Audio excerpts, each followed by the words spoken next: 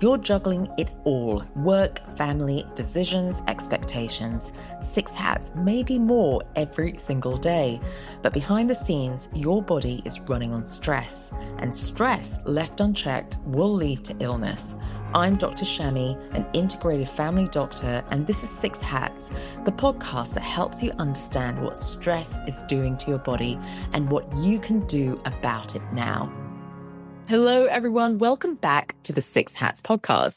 Now, today I'm joined by the incredible Rajes Harper, an educational and developmental psychologist whose career spans more than 2 decades of supporting children, families, schools, and communities. Rajes holds a Doctor of Philosophy and a Master of Psychology in Educational and Developmental Psychology from Monash University. Since 2009, she's also been a trainer for Triple P International, teaching health, allied health, and educational professionals around the world how to deliver the Triple P positive parenting program. Her work has taken her across Australia, UK, Canada, and Singapore, shaping the way practitioners support families globally. Welcome, Rajes. Thank you, Shami. Thanks for having me here. Amazing. So I've been wanting Rajes to come onto this podcast to really talk about the parenting program because we actually share a patient. So Rajes and I recently worked with a 7-year-old child who had been flagged by multiple professionals as potentially having ADHD. Now, I worked with the family and the child through lifestyle and nutritional changes, but I decided to get Rajes' opinion and her expertise in the management program. So before we dive deeper, Rajes, can you walk listeners through what stood out to you in the initial assessment? Yes, so I met with the parents in the initial assessment, and my approach is for a child, for example, of that age who's very young, I always like to meet with the parents first to get a bit of sense of what the family's like. It also gives parents space to talk about things very frankly, very openly. And then I always follow that up with a separate child session as well, because the decision is, if I work with the child or the family or the parents, I have to understand the context of, what I'm working with, who I'm working with. So I'd like to meet the people involved. So my initial impressions working with the parents or meeting with the parents and then with the child was that this is a family who was grieving. They were very unhappy because of various very traumatic events that had happened within the family, loss of a child, for example, and, other things that the family was experiencing very recently as well. And then, of course, you have a child who was then presenting with a lot of concerns at school and, to the point that there were massive meltdowns and behavioral issues that, the school was then wanting to find out, well, what can we do to contain this? And I guess their first approach was to think,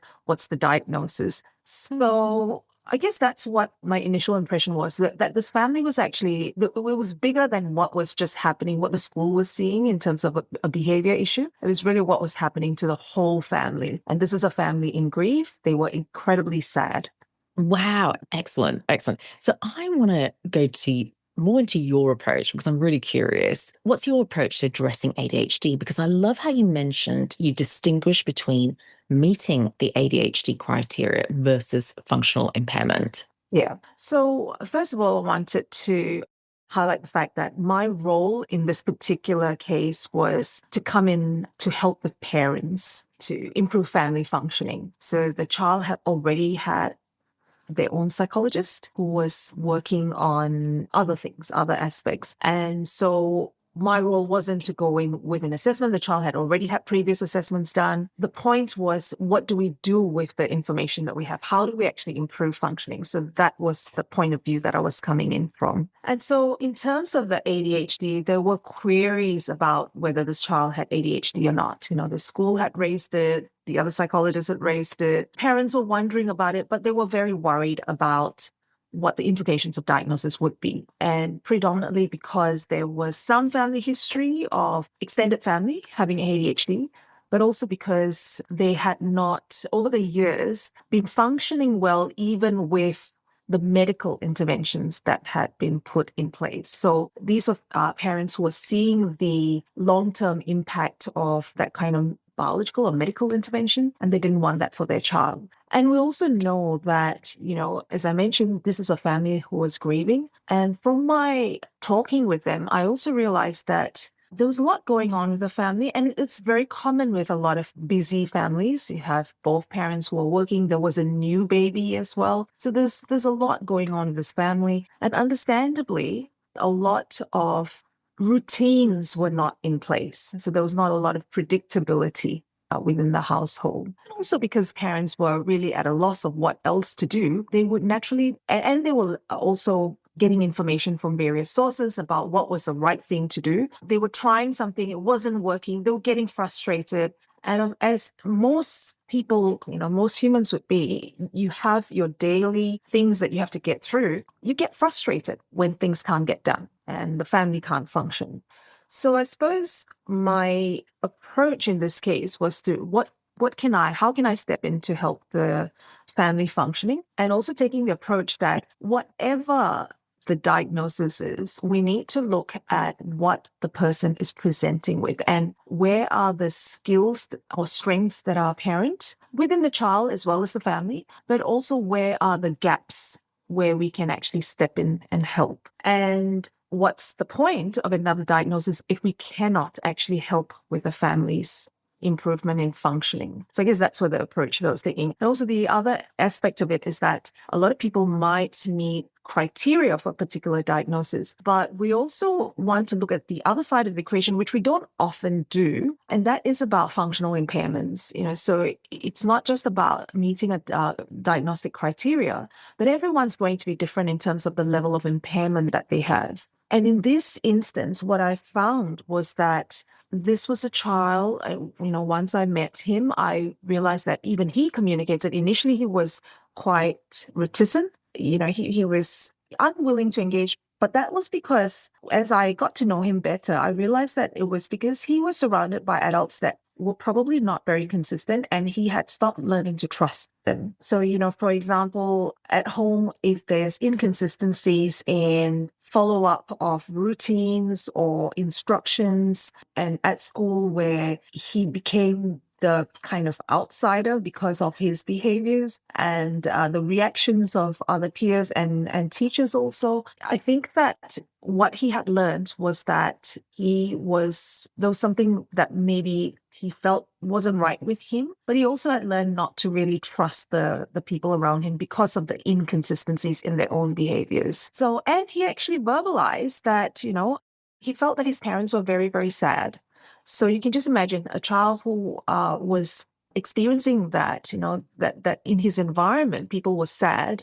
You wouldn't expect his ability to function to be within the typical range. You'd find that it would be actually quite normal for him to be reacting in a very emotional way because he wasn't getting a lot of that consistency. So, it's about differentiating between the criteria and functional impairments. And again, we come back to the functional impairments because that's where we want to intervene. We don't intervene with a diagnosis. We actually intervene with the person in terms of how they're presenting their strengths as well as the difficulties that they're presenting. Now, another interesting thing in terms of the ADHD was that I had him during follow-up session and his dad had accompanied him. And this time he was really feeling like he didn't want to engage, which is perfectly fine. But I guess what he was expecting was that he would then be able to, because I gave him a choice. I said, okay, if you don't want to engage, that's fine. I will talk to your dad instead. And he was very happy with that because he thought that he could go back to reading his book and he would get his dad's phone.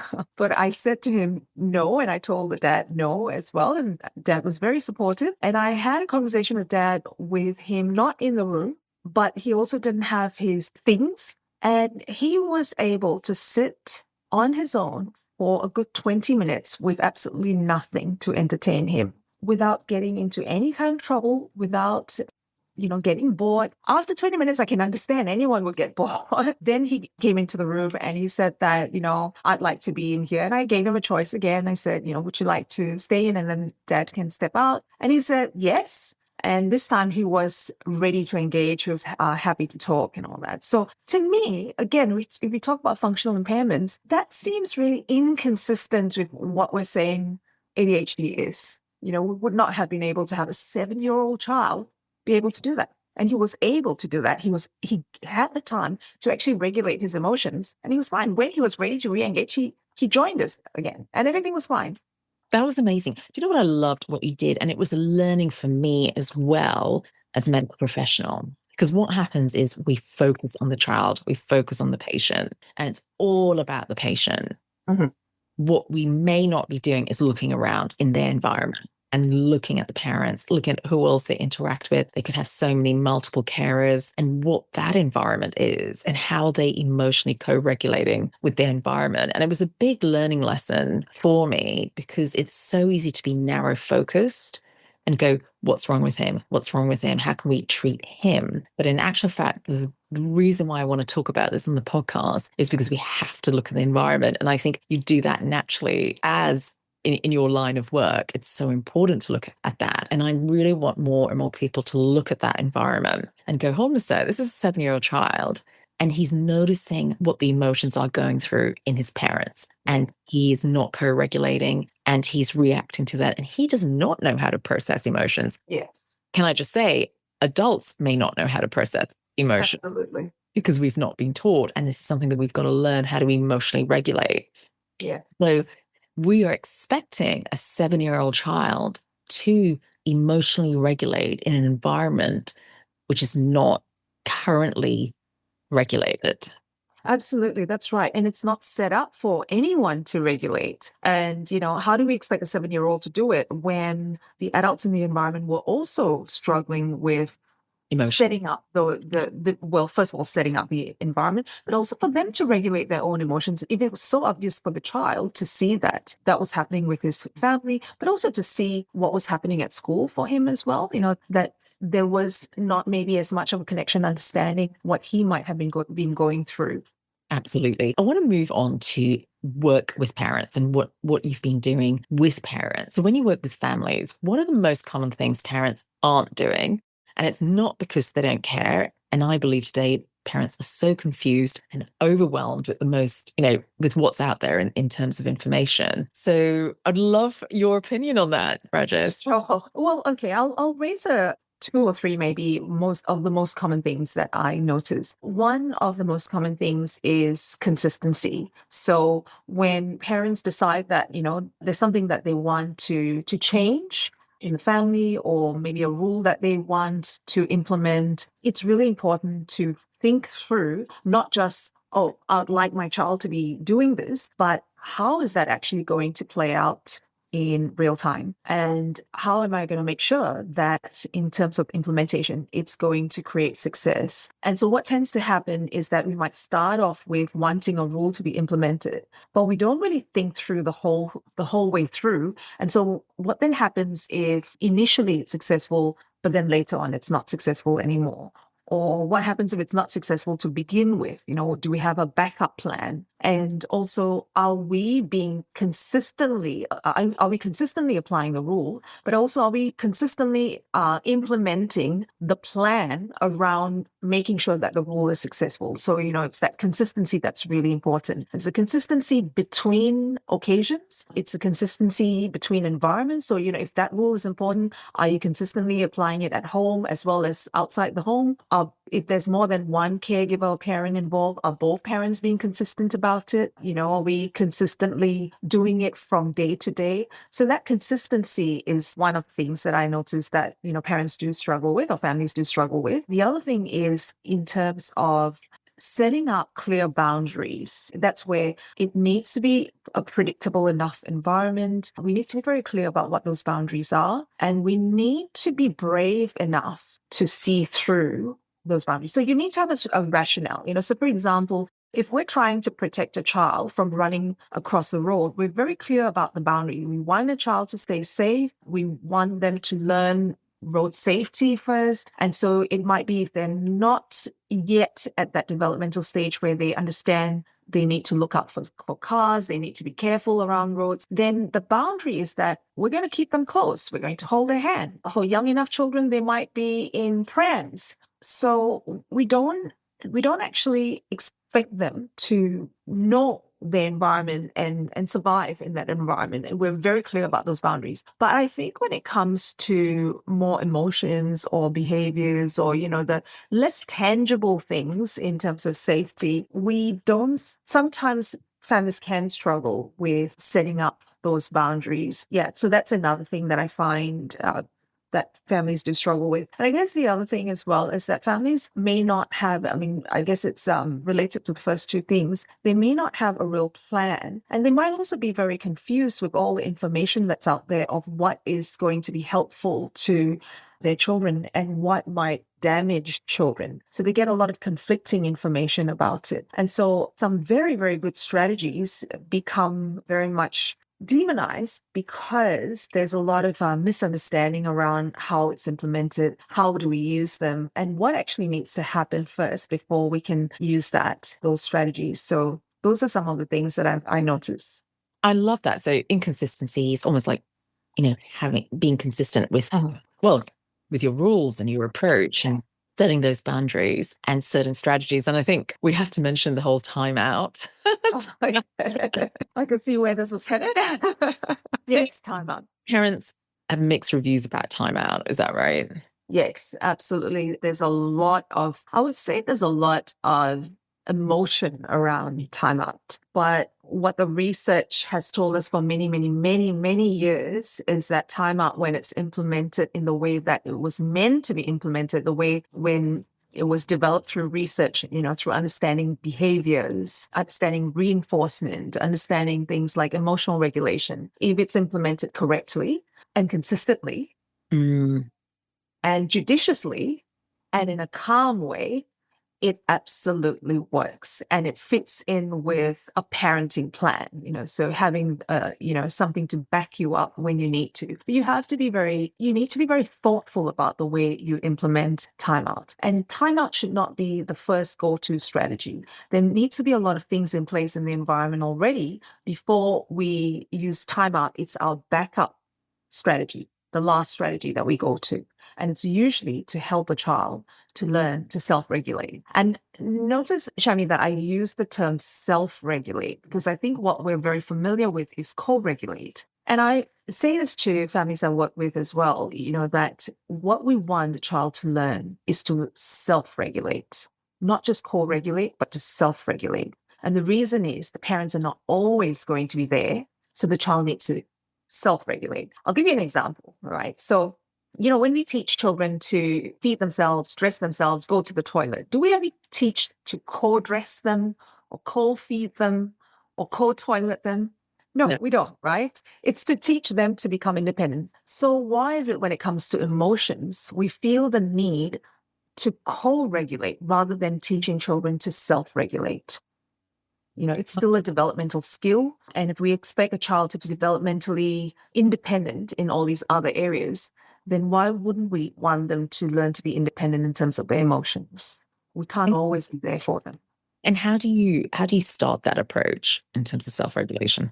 So in terms of self-regulation, we first need to set up the environment to be positive, so we don't want to step in with a backup strategy when we haven't actually given chances for success to happen. So, for example, with this family, I worked a lot with a lot of setting up things like positive reinforcement, setting up an environment that will increase the behaviors that we want to see more of, so noticing when a child is doing something and making a statement about it, praising them, making a big deal about it so that they understand that this is something that is valued and they want to actually repeat that behavior. And also what you're doing there is you're increasing the opportunities for positive relationship between the child and the parent, because, if the parent only tends to step in or notice when things go wrong, then the relationship becomes very negatively driven. Whereas if the parent is taking the time to step in and notice when things are going right, then there's more opportunities for those positive interactions to happen as well. And that already starts to build the foundations in the relationship. And so setting up a very positive environment. Now, there are lots of other strategies to do with setting up that positive environment. I won't go into all of them right now. But the focus is really to start with the positives. And that's what we did with this family. And even so the first few weeks that we worked on the behaviors, we just implemented the positive strategies. And even after that, the parents came back and they were saying that, things were already they were starting to see a difference. They were starting to see a change in behaviors. Things were starting to get calmer. The parents were starting to feel better as well. And very importantly, particularly with the mom, because she tended to be at home with the children more and she worked from home as well, she was starting to feel a lot more confident in her parenting strategies. So just from implementing the positive strategies, we started to see a difference. Now, when those foundations were in place, we then still had to deal with the meltdowns that were still happening. And, the meltdowns would be quite escalated. Sometimes it involved even the parents getting physically attacked. So those are the kind of behaviors that we need to deal with early on in life, because otherwise it becomes a learned behavior. And children learn that this is the way I get my way, or this is the way I calm down. Because people tend to back off when that happens. And if I have to express my emotion in that sort of inappropriate way, then I learn over time that this is how I express my emotion. It gets harder and harder to change that behavior once that behavior becomes very entrenched. So that's when we started implementing timeout. And yes, it was very difficult, but when it's done correctly, as I said, when we set up the environment positively to begin with, we also did a lot of prep work. So I prepped the parents and I got the parents to also prep the child in terms of what was to be expected if this happens or that happens. So if A happens, as in parental instructions have been followed, then this is the outcome. And if B happens, parental instructions are not followed, behavior starts to escalate, and there's an emotional escalation going on, then this will happen. And the parents actually walked the child through what timeout would be and the reason for it when things were calm. And so when the time came to actually implement it, it was a lot more smooth. It wasn't easy. It's a simple strategy, but it's not easy to implement. And it's definitely not easy to implement if you don't have the foundations that I've talked about. But once those foundations are there, even though it was not easy to implement, it was a lot easier than if you hadn't had those foundations there. And very quickly, within about 2 weeks or so, they already started to see those emotional escalations come down. And what was very interesting was that self-regulation was generalizing because the school started noticing that there were fewer meltdowns and better resilience in terms of even when he had to do challenging tasks, he was more likely to do it. In his extracurricular activities, when things didn't go his way, he was able to actually just laugh it off because of that emotional regulation. And this is some other improvements that we see in terms of family functioning. Parents used to, especially mom, she would have to drop him off at activities or appointments and stay for the whole time there in case there was a behavior escalation. Now she could drop him off, leave, because remember she has a little baby as well, leave, go back home, tend to whatever other things she had to do, and either come back to pick him up or dad can come to pick him up at the end of the appointment because they were confident that he was able to regulate his emotions. So we saw a lot of differences. And this was the comment that the mom made to me, that it's just amazing how using that timeout helped to calm everyone down. And it was just, even the child after a certain point in time started to take himself off to a quiet place when he felt himself, the environment was getting overstimulating for him and he just needed that space and time to just calm down. He would start doing that himself. And he even expressed how things were a lot happier. Amazing. And it's an amazing skill to have for the future. Because when you really think about it, you can look around amongst many adults and really see poor self-regulation. And it can come out in so many different ways because we're literally not taught it. And so it's really being aware of that, even for adults. But what I want to do before we finish up or before we wrap up is, you're a trainer for Triple P internationally. So for parents who've never heard of it, what exactly is the Triple P parenting program? Yeah, so it's called the Positive Parenting Program, and it's been around for well over 30 years. It's a program that was developed by the University of Queensland. So Matt Sanders was the person who was the creator behind it. But what the program does, and I also want to say that, because I get a lot of questions about this, is that this is a program that has been implemented in countries around the world and across various demographics and cultural backgrounds as well. And even in Australia, it's available throughout the country, and we have worked with practitioners. So we train practitioners who work with families, and because of my own practice, I use that with the families that I work with as well. So we train practitioners to actually implement the parenting programs. There's a suite of parenting programs. What it is essentially is that it gives parents the tools. So let's say it's a toolkit of evidence-based strategies that have been around for many, many years, but it gives them the tools as well as the implementation plan. So it gives them, it just doesn't tell you, all right, just do this or this or this. It actually helps you in terms of creating a plan of how you want to manage various behaviors or how you want to teach children skills. And because it's a positive parenting program as well, the focus is on skill development. So for all the things that we see, what we're saying here is that even for meltdowns, what we're saying here is that there's a skill that hasn't been developed yet. And so what can we do to help develop those skills? And so we take that approach, that very positive approach of how can we actually help child develops a skill. Now, in that process, we're also helping parents develop their own parenting skills, and also for them to develop, things like emotional regulation in themselves as parents, and also learning to balance the expectations and also learning how to look after themselves. So I guess it's a multifaceted strategy or toolkit that parents can use, but it's starting with the positive. But we also acknowledge that you have to deal with misbehavior sometimes. And so we have those backup strategies there too. Amazing. It's very much based on a lot of behavioral principles as well as social learning principles. So there's a lot of research and theory and philosophical background that's gone into it. Amazing. And did I hear correctly, if they're offering these programs for free? Is it this? Yeah, so at the moment, the Australian government is funding this program. So for families in Australia, if they look up PPP online, they'll be able to register for an account, and it takes them through the online program, So there are various versions of the program. So if parents are interested in, for example, dealing with children between the ages of 0 to 12 and the behaviors, there's one set of programs. There's also baby PPP. So, for infants, so parents or people who are about to become parents or have very, very young children, infants, they can look up that program. There's also another one for parents who are dealing with children who have anxiety. So that's Fearless PPP as well. Now, all of these programs in the online domain are free, and it takes you through a manualized approach of, implementing different strategies, also giving parents a lot of information around the behaviors themselves, because that understanding of what's happening in the environment, what could be triggering the behaviors in the first place, can already provide a lot of information and tools for parents to maybe even modify the environment,